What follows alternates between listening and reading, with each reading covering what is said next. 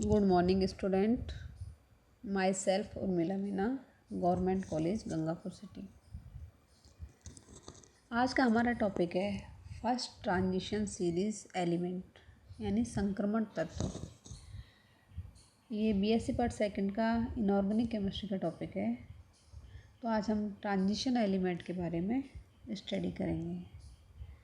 ये जो transition element है ये दीर्घ आवर्त सारणी के एस और पी ब्लॉक के मध्य स्थित तत्वों को संक्रमण तत्व या डी ब्लॉक तत्व कहते हैं। जो आवर्त सारणी में एस और पी ब्लॉक के मध्य जो तत्व उपस्थित होते हैं उनको डी ब्लॉक तत्व कहते हैं। ये तत्व वर्ग 3 से 12 तक के वर्गों में स्थित होते हैं। डी ब्लॉक में 40 तत्व होते हैं। चौथा, पांचवा, छठा, सातवां आवर्त 10-10 तत्व रखता है।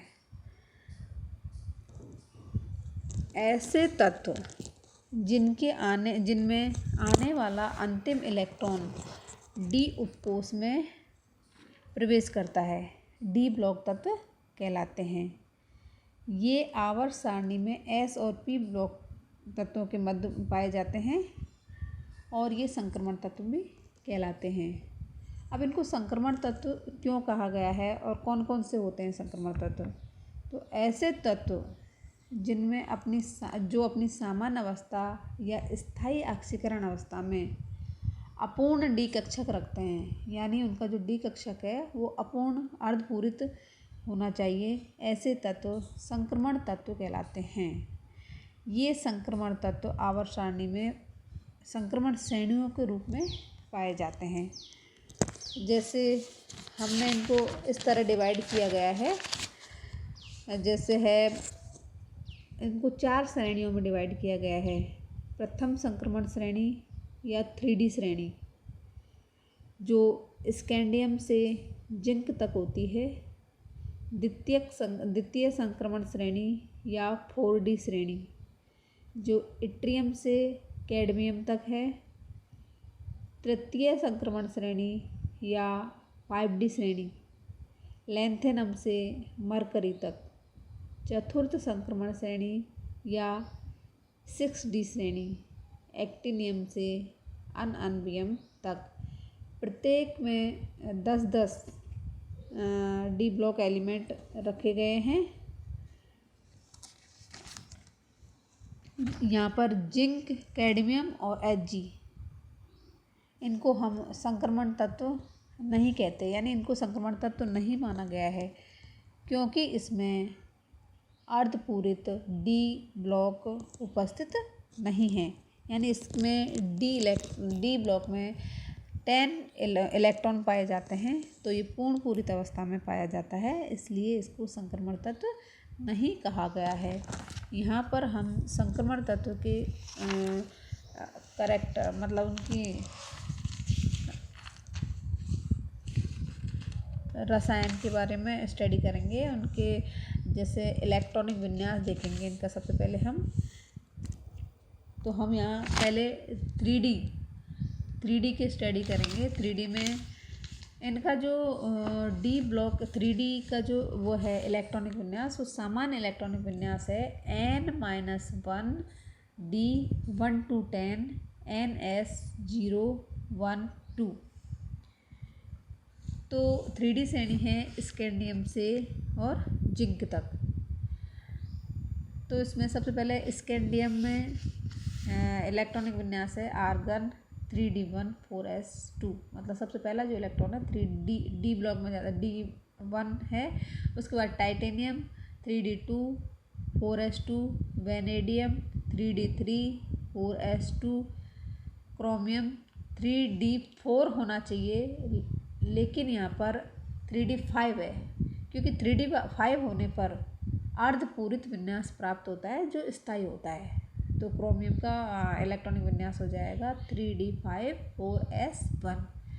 उसके बाद manganese 3D5 4s2, iron 3D6 4s2, cobalt 3D7 4s2, निकल 3D8 4s2, फिर कॉपर में ही वही क्रोमियम जैसी कंडीशन है। इसमें 3D9 की बजाय 3D10 4s1 यानी 3D कंप्लीट भरा हुआ होता है जो अधिक स्थायी होता है। तो यहाँ पर कॉपर का विन्यास है 3D10 4s1।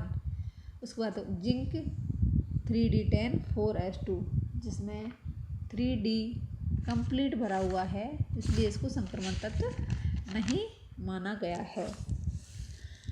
उसके बाद हम इसका अगला करैक्टर देखते हैं, परमाणुीय आकार या परमाणुीय त्रिज्या। परमाणुीय आकार या परमाणुीय त्रिज्या। प्रथम संक्रमण श्रेणी में तत्वों के परमाणुीय आकार के मान लगभग समान पाए जाते हैं। प्रारंभ में तो इनके मान में थोड़ी सी कमी होती है, लेकिन मध्य में इनके मान स्थिर हो जाते हैं।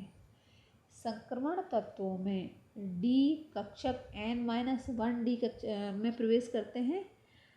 इन कक्षकों में आने वाले इलेक्ट्रॉन पर दो प्रकार के बल कार्य करते हैं। एक तो है नाभिकीय आकर्षण बल और दूसरा है परिरक्षण प्रभाव। नाभिकीय आकर्षण बल क्या होता है? n-1 का जो इलेक्ट्रॉन है उसके ऊपर नाभिक का आकर्षण बल कार्य करता है, जो उसको नाभिक की ओर खींचता है, जिससे उसके आकार में कमी होती है।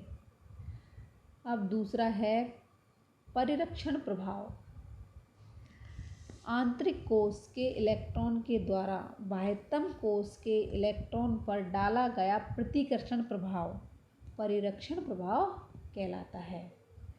यानी Ns जो इलेक्ट्रॉन है उन पर n-1D या उससे आंतरिक कोशों के जो इलेक्ट्रॉन हैं वो प्रतिकर्षण प्रभाव डालते हैं, वो परिरक्षण प्रभाव कहलाता है। यह केंद्र के विपरीत दिशा में है, जो आकार में वृद्धि करने वाला होता है। ये नाभिकीय आकर्षण बल के अपोजिट दिशा में लगता है। संक्रमण तत्वों में परिरक्षण प्रभाव बहुत अधिक लगने के कारण यह नाभिकीय आकर्षण बल को लगभग 80-90% तक संतुलित कर देता है, जिसके कारण केवल 10% नाभिकीय आकर्षण बल ही प्रभावी रहता है। फलस्वरूप आकार में आने वाली कमी बहुत कम हो जाती है। यही कारण है कि इनका आकार लगभग समान माना जाता है।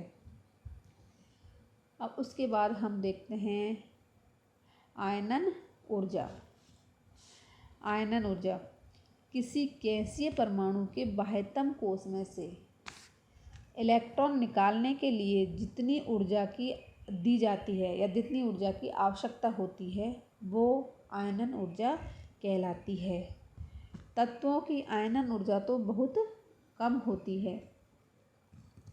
एस ब्लॉक के जो एलिमेंट है उनकी आयनन ऊर्जा बहुत कम होती है, क्योंकि उनमें जो अंतिम इलेक्ट्रॉन है वो बाह्यतम कोश में उपस्थित रहता है Ns में। लेकिन डी ब्लॉक तत्वों के आयनन ऊर्जा के मान पर्याप्त उच्च पाए जाते हैं, क्योंकि वहाँ इलेक्ट्रॉन नाभिक के अधिक पास रहता है। डी कक्षकों में इलेक्ट्रॉन निकालने के लिए अधिक ऊर्जा देनी पड़ती है। प्रथम संक्रमण श्रेणी के तत्वों की आयनन ऊर्जा में बहुत अधिक अंतर नहीं पाया जाता है। Cr और Cu की द्वितीयक आयनन ऊर्जा का मान अपेक्षाकृत अधिक पाया जाता है, क्योंकि इसमें अर्धपूर्ण और पूर्ण पूरित विन्यास इनको प्राप्त होता है। जैसे एक एक इलेक्ट्रॉन निकाल देते हैं, उसके बाद 3D5 और 3D10 विन्यास ये ग्रहण कर लेते हैं जो स्थायी है। तो स्थायी विन्यास में से इलेक्ट्रॉन निकालना अधिक कठिन होता है, मतलब उसको निकालने के लिए अधिक ऊर्जा की आवश्यकता होती है, तो आयनन ऊर्जा के मान बढ़ जाते हैं।